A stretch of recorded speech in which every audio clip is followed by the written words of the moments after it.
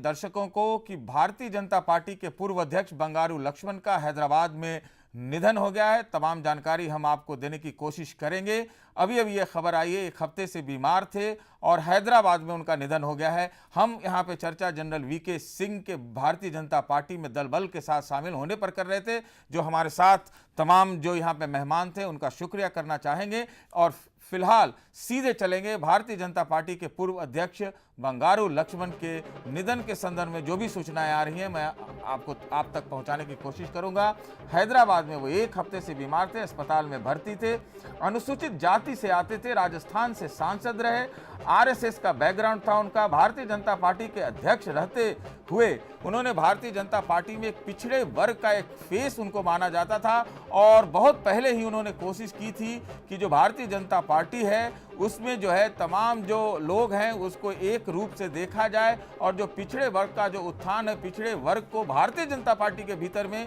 ही बहुत उनकी अहमियत स्वीकार कराई जाए। वो इस बात के भी समर्थक थे कि जो अल्पसंख्यक समुदाय है उसके तक भारतीय जनता पार्टी का पहुंचना जरूरी है। और ये सारी चीज़ें जब उन्होंने शुरुआत की ही थी नागपुर के अधिवेशन से, उसके बाद एक तहलका कांड हुआ था, स्टिंग ऑपरेशन हुआ था जिसमें बंगारू लक्ष्मण को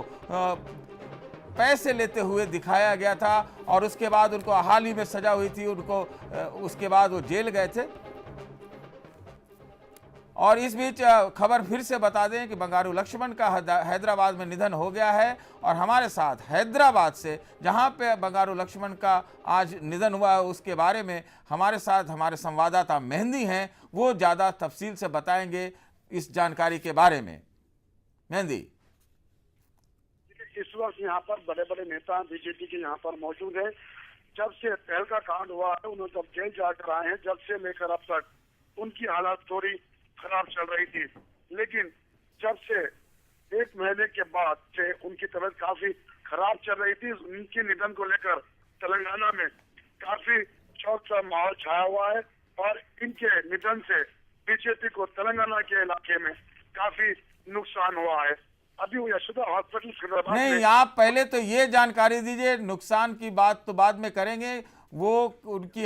हालत क्या थी, कब से वो अस्पताल में भर्ती थे और कैसे निधन हुआ और कितने दिनों से अस्पताल में भर्ती थे, कौन सी बीमारी से ग्रस्त थे, लंबे समय से बीमार आप बता रहे हैं। हाँ,